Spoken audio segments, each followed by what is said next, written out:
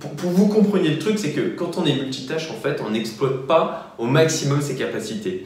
On va baisser même carrément notre QI.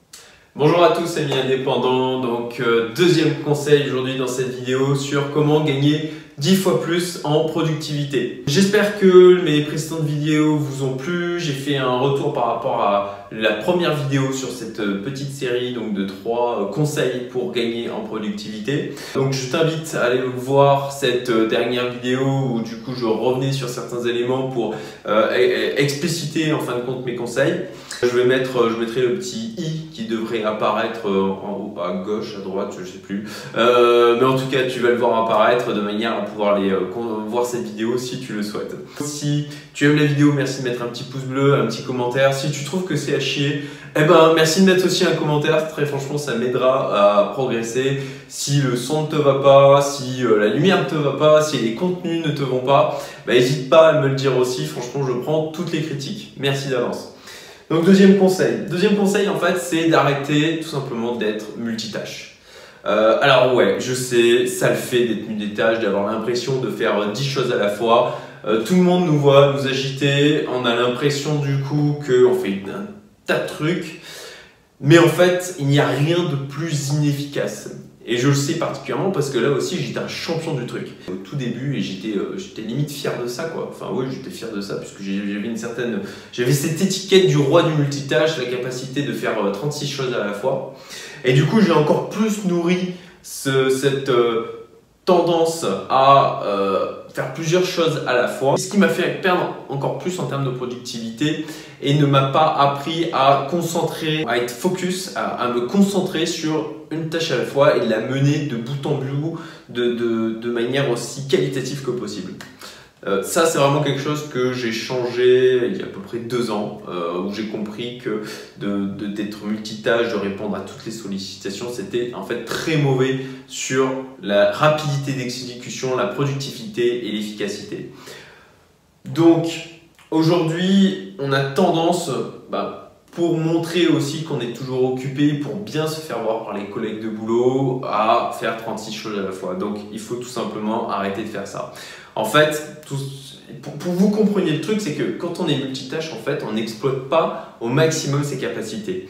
On va baisser même carrément notre QI. Pourquoi? Parce que quand on a une sollicitation, quand on est concentré sur quelque chose, puis qu'on a une sollicitation extérieure, que ça va être un SMS sur le téléphone, un message sur Messenger, une notification Facebook, un WhatsApp, un collègue qui vient nous déranger, qui vient nous demander quelque chose, un coup de téléphone, en fait, pour retrouver votre niveau d'attention maximal, il va vous falloir, alors au maximum, mais en moyenne, autour de 15 à 20 minutes. Voilà, c'est au maximum. Alors les chiffres ne sont pas toujours très clairs là-dessus. Il y en a qui disent 21, 23 minutes. Bon, pour 2 minutes, on s'en fout.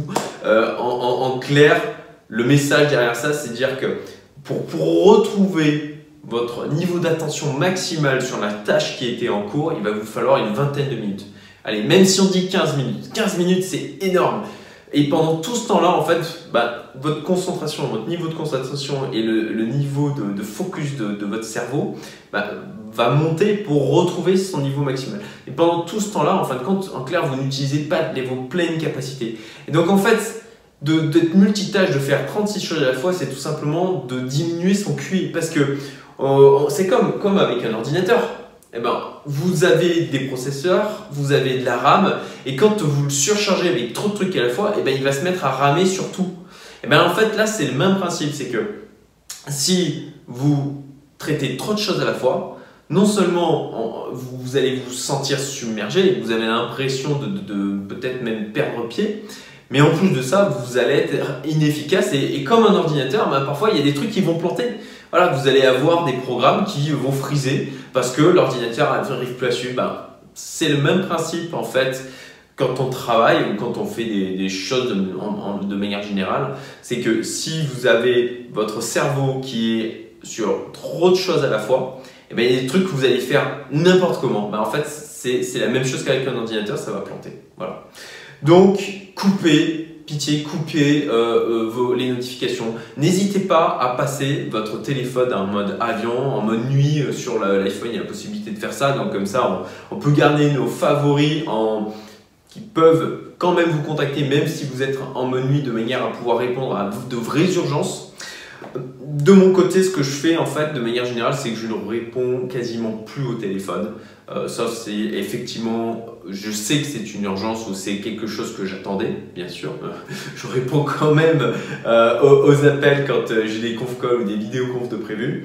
Mais en fait, sur mon message répondeur, qu'est-ce que j'ai mis? J'ai dit tout simplement que je n'écoute mon répondeur qu'une seule fois par jour à 17h50. Tout simplement parce que la plupart des gens vont venir vous contacter parce que c'est facile pour eux. Parce que si vous leur avez donné l'habitude de répondre très rapidement ou quasi instantanément, eh ben, qu'est-ce qu'ils vont faire s'ils ont une question? Au lieu de chercher de leur côté et d'utiliser leur temps à eux, ils vont exploiter le vôtre. Donc ça, il faut que vous empêchiez. Votre temps est précieux. C'est concrètement, c'est ce que l'on a de plus précieux au monde. C'est quelque chose, une fois qu'une minute est passée, elle est passée, c'est fini. Vous ne pourrez jamais la rattraper. On n'a pas encore inventé la possibilité d'acheter du temps. Alors, bien sûr, vous me comprenez quand je dis ça, hein, justement, on peut acheter du temps en déléguant, etc. Mais vous ne pouvez pas vous acheter une minute supplémentaire de vie. Donc, accordez à votre temps la valeur qu'il a, dans le sens où c'est quelque chose d'absolument irrécupérable. Je me disperse un peu sur le sujet, mais c'était tout simplement pour dire qu'il fallait donc couper les sollicitations. Ne laissez pas, nous on utilise Slack en interne sur mes différentes sociétés, n'utilisez pas Slack. Désactivez-le, désactivez WhatsApp, désactivez Messenger, désactivez les SMS, toutes les messageries comme ça, vous les coupez. Demandez et là c'est un travail, si vous êtes en open space, apprenez à vos collègues de travail à respecter votre temps. Et quand vous êtes concentré sur une tâche que vous ne devez absolument pas être dérangé, je sais pas moi, mettez une casquette, mettez un signal comme ça qui soit clair pour tout le monde. Ou alors, tout simplement, éduquez-les. Si vous ne voulez pas être dérangé, il ne faut pas accepter de l'être. Si on vient vous déranger, si vous avez expliqué à tout le monde, bon ben voilà, maintenant les plages pour me contacter c'est de telle heure à telle heure, de manière à regrouper les demandes. À ce moment-là, il ne faut pas que vous continuiez à répondre aux sollicitations. Si on vous sollicite, tu dis non, je suis désolé, comme je l'ai expliqué, j'ai des plages de temps réservées pour ça. Pour mon efficacité et ma productivité, je dois rester concentré sur ce que je suis en train de faire. Donc, apprenez à en clair vous faire respecter par rapport à ça. Ensuite, il faut aussi quand vous commencez une tâche, à la rigueur, moi ça m'arrive aussi, hein, je commence une tâche et puis il y a mon cerveau, il y a mon esprit qui vagabonde et puis je pense à d'autres trucs. Je ne switche pas, en tout cas je l'évite au maximum parce que je dois encore me rééduquer là-dessus. J'ai fait ça pendant 12 ans, donc vous imaginez bien que d'un point de vue fonctionnement, c'est quand même sacrément ancré. Donc il faut que je me rééduque sur ce point-là. Et c'est normal de devoir ne pas y arriver tout de suite. Donc, si vous pensez à quelque chose pendant que vous êtes sur une tâche en particulier, ne switchez pas. Ce que vous faites, vous le notez quelque part pour ne pas l'oublier. À la rigueur, vous le planifiez, vous mettez dans une to-do list ce que vous voulez. Mais de cette manière, vous allez l'extraire de votre cerveau. Ça va diminuer votre charge mentale. Donc, quand vous commencez une tâche, soit vous allez jusqu'au bout parce que vous en avez la possibilité, soit pour pouvoir la terminer, vous replanifiez. Mais évitez aussi d'avoir trop de tâches non finies. Pourquoi? Parce que de la même manière qu'avec un ordinateur, si vous avez de multiples processus en attente en tâche de fond, ça va surcharger votre cerveau et vous allez être là aussi moins efficace. Voilà, c'était le deuxième conseil de cette petite série de vidéos pour devenir 10 fois plus productif. J'espère que ça va vous être utile. J'espère que j'ai été clair. Si vous avez aimé cette vidéo, je vous remercie de mettre un petit pouce bleu.